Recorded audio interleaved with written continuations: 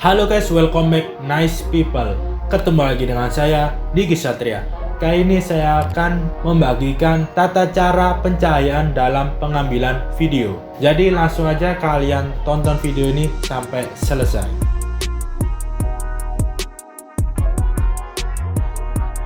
Oke, jadi tata cahaya itu apa? Yaitu seni pengaturan cahaya dengan mempergunakan alat peralatan pencahayaan agar kamera mampu melihat sebuah objek dengan jelas dan menciptakan ilusi sehingga penonton mendapatkan kesan adanya jarak ruang dari suatu pertunjukan dalam suatu pementasan.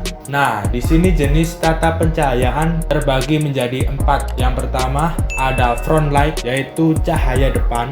Jadi seperti saya ini memakai bantuan pencahayaan dari depan saya. Dan yang kedua ada side light, yaitu cahaya dari samping. Jadi pencahayaannya dari samping sini dan akan menghasilkan gambar atau foto yang cahayanya lebih dari sebelah samping. Yang ketiga ada backlight atau cahaya dari belakang. Nah, semisal kalian mau foto di tempat yang cahayanya terang sama teman-teman kalian, nah biasanya itu kan ada backlight ya, atau cahayanya di sini sangat terang, jadi nggak fokus sama objek itu sendiri. Dan yang terakhir, yang keempat, ada top light atau cahaya atas dan downlight, yaitu cahaya bawah. Jadi ada cahaya dari atas ini dan ada cahaya yang dari bawah. Lalu ada prinsip dasar tata cahaya. Yang pertama ada key light, ditempatkan pada sudut 45 derajat di atas subjek. Jadi key light ini adalah kunci atau yang utama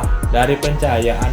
Lalu yang kedua ada fill light, berfungsi untuk menghilangkan bayangan dari suatu objek. Terus yang ketiga ada backlight, fungsinya untuk memberikan dimensi agar subjek tidak menyatu dengan latar belakang. Terus fungsi tata cahaya jelas untuk penerangan, dimensi, atmosfer, dan pemilihan. Nah, peralatan tata cahaya. Yang pertama ada reflektor dan refleksi. Jadi tata cahaya bisa juga digunakan sebagai alat bantu untuk sebuah proyek. Contohnya proyek pembangunan mall atau kantor. Nah, malam hari pasti membutuhkan tata cahaya yang terang agar proyeknya berjalan dengan lancar. Yang kedua ada bohlam. Lampu bohlam itu yang ada di rumah kalian atau yang biasanya ada di mall, di toilet, bioskop biasanya.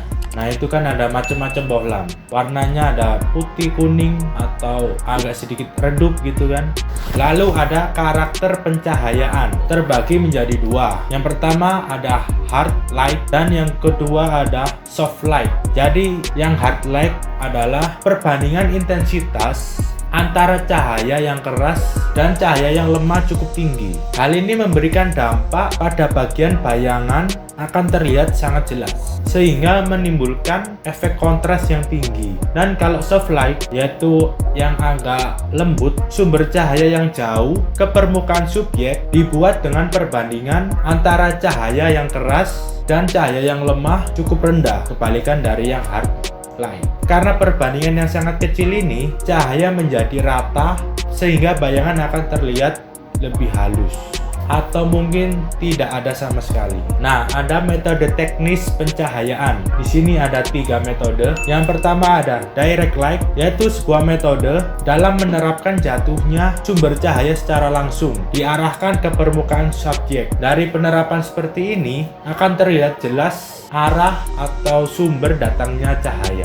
Yang kedua, reflect light, yaitu sebuah metode dalam menerapkan jatuhnya sumber cahaya tidak secara langsung, namun dengan mengarahkan ke bidang lain. Jadi, cahaya yang jatuh ke permukaan subjek akan memantulkan cahayanya terlebih dahulu.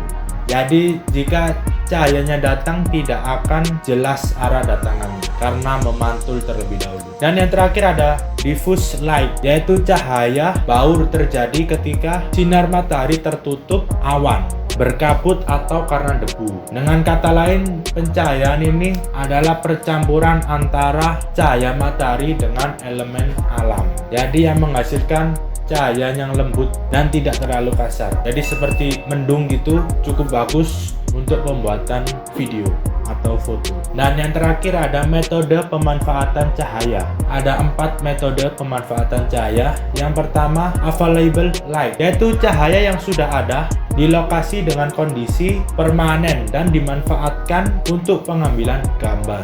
Yang kedua ada African light, yaitu cahaya buatan yang mampu dipakai atau memang khusus untuk kebutuhan pengambilan gambar, namun tidak menghilangkan efek natural dari sebuah pengambilan gambar tersebut. Yang ketiga ada particle light, yaitu sumber cahaya yang kita dapatkan dari cahaya lampu meja, lampu jalanan, lampu kendaraan, atau juga lampu kamar seperti ini dan digunakan untuk keperluan pemotretan. Yang terakhir ada pictorial light, yaitu penerapan pencahayaan dengan kesan beauty dan ada kesinambungan antara key light, fill light, backlight, dan background light. Oke guys, jadi itu aja tata pencahayaan dalam pengambilan video. Dan silakan kalian komen-komen di bawah jika ada pertanyaan, saya akan jawab satu persatu. Dan like, comment, subscribe tentunya guys, agar channel ini semakin berkembang ke depannya. Kalian komen aja saya mau konten kayak gimana agar rutin uploadnya, mau konten apa aja, silahkan komen di bawah. Dan sampai jumpa di video-video berikutnya. See you, bye bye.